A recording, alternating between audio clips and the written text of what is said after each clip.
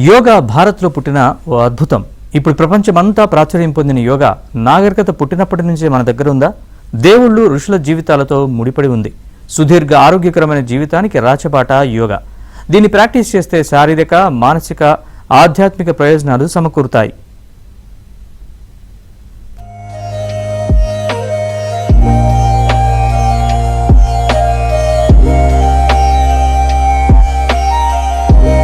ప్రాచీన భారతీయ సాంప్రదాయం ప్రపంచానికి అందించిన అమూల్యమైన బహుమతి యోగా. ఇది శారీరక ఆరోగ్యానికే కాకుండా మానసిక శ్రేయస్సుకు దోహదపడుతుంది.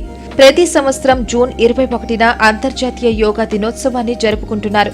2025 సంవత్సరానికి అంతర్జాతీయ యోగా దినోత్సవం theme yoga for one earth one health. ఈ సంవత్సరం ప్రపంచవ్యాప్తంగా జరుపుకునే ఈ వేడుక 11వది.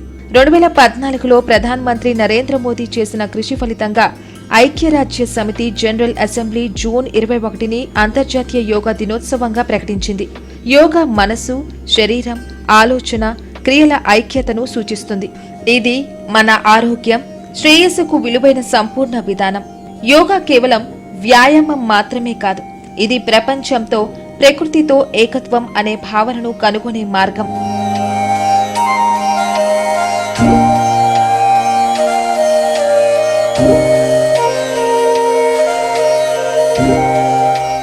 సాధువులు, ఋషుల జీవితాలతో ముడిపడి ఉన్న గొప్ప చరిత్రను కలిగి ఉంది.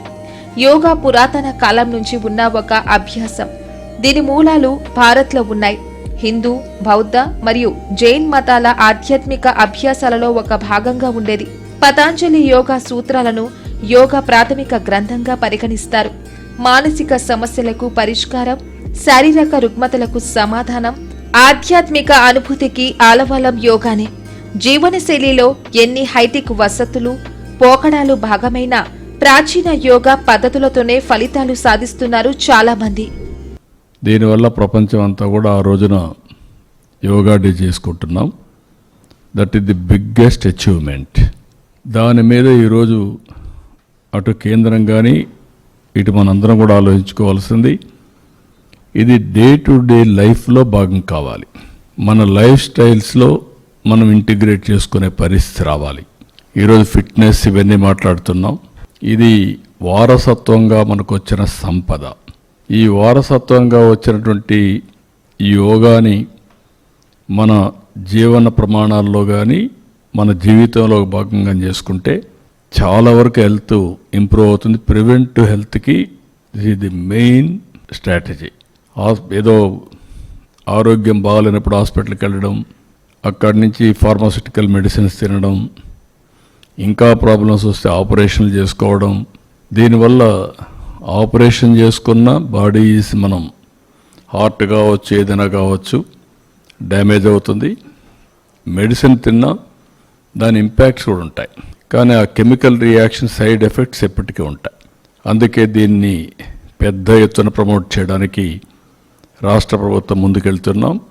ఆ పరమశివుడే యోగాకు ఆది గురువు. నాగరికత పుట్టినప్పటి నుంచి యోగా ఉంది. పతాంజలిని యోగా పితామహుడిగా, ఆదిశివుడి అవతారంగా భావిస్తారు. ఆ మునీశ్వరుడు యోగా సూత్రాలతో పాటు ఆయుర్వేద వైద్య గ్రంథం రచించాడు. మన దేశంలో వేదకాలం నుంచి యోగా విద్య ప్రాచుర్యంలో ఉంది. అనేక ధార్మిక గ్రంథాల్లో యోగా శాస్త్ర ప్రస్తావన కనిపిస్తుంది. అలాగే అప్పటి వరకు సూత్రీకరించకుండా ఉన్న యోగా సిద్ధాంతాలను పతాంజలి క్రమబద్ధీకరించారు. పతాంజలి 1800 రకాల యోగా నియమాలను 200 యోగా సూత్రాలుగా గ్రంథస్థం చేశాడు. యమ, నియమ, ఆసన, ప్రాణాయామ, ప్రత్యాహార, ధారణ, ధ్యాన, సమాధి అనే సూత్రాలు అష్టాంగ యోగాలో భాగమే. యోగా అనేది మన జీవితాల్లో అంతర్భాగం కావాలనేటువంటి ఆలోచనతోటే జూన్ 25కి ముందు ఒక నెల రోజుల ముందే మే 21వ తారీఖు నుంచి ఈ కార్యక్రమాన్ని రాష్ట్రంలో అన్ని ప్రాంతాల్లో కూడా నిర్వహించుకునేటువంటి సందర్భం మీకు తెలుసు. మీ నియోజకవర్గంలో కూడా ఈ కార్యక్రమాలు జరిగాయి.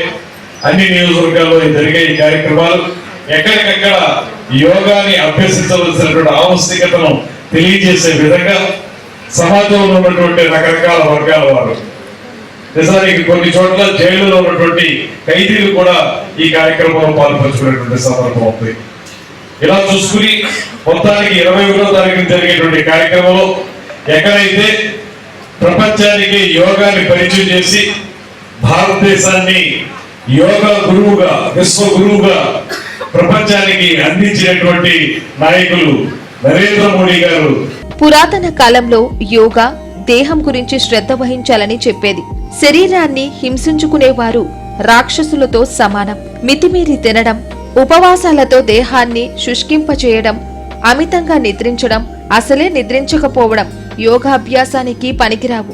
సర్వత్రా మధ్య మార్గాన్ని అనుసరించాలనే సందేశమిచ్చారు పతాంజలి. ఎలాంటి క్లిష్ట పరిస్థితులు ఎదురైనా దిగులు చెందకుండా మనసును ఉల్లాసంగా ఉంచుకుంటే అనారోగ్యాలు దరిచేరవని యోగా చెబుతుంది. మనోవికారాలకు లోనవ్వకుండా ప్రశాంత చిత్తంతో ఉండేవారు ప్రజ్ఞవంతులని, ఆశయాలను సాధిస్తారు. అగస్త్య మహాముని దేశం నలుమూలలా తిరిగి యోగాకు ప్రాచుర్యం కల్పించారు. యోగా అంటే ఒక మతానికి సంబంధించింది కాదు, అదో జీవన విధానం.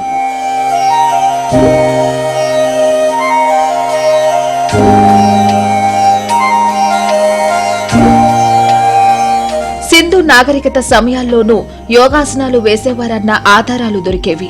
మహాభారతం, రామాయణాల్లోనూ దీని ప్రస్తావన ఉంది. వేదకాలంలో సూర్య నమస్కారాలు ప్రాచుర్యం పొందాయి. ఆ కాలంలో ప్రాణాయామం ప్రతి వ్యక్తి చేసేవారు. 4 వేదాలు, ఉపనిషత్తులు, స్మృతులు, పురాణాలు ఇలా అన్నిటిలోనూ యోగా ప్రస్తావన ఉంది. ఆది శంకరాచార్య, రాజానుజాచార్య, మాధవాచార్య లాంటి ప్రముఖుల బోధనల్లోనూ యోగా ఉంది.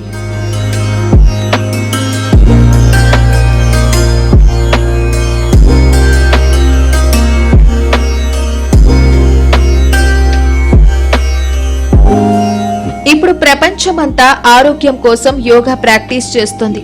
యోగాసనాలను విద్యా వ్యవస్థల్లో భాగస్వామ్యం చేశారు.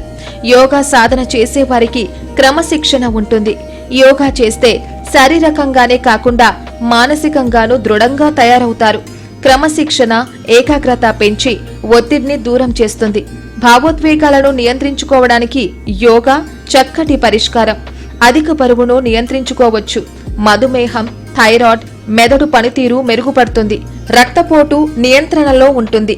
ఊపిరితిత్తుల సామర్థ్యాన్ని మెరుగుపరుస్తుంది. గుండె జబ్బుల ప్రమాదాన్ని తగ్గిస్తుంది. కీళ్ల నొప్పులు, అజీర్ణం, గ్యాస్, నిద్రలేమి తదితర సమస్యల నుంచి దూరం కావచ్చు. దీర్ఘకాలిక వెన్నునొప్పి తగ్గిస్తుంది. కండరాలు, ఎముకలు బలపడతాయి.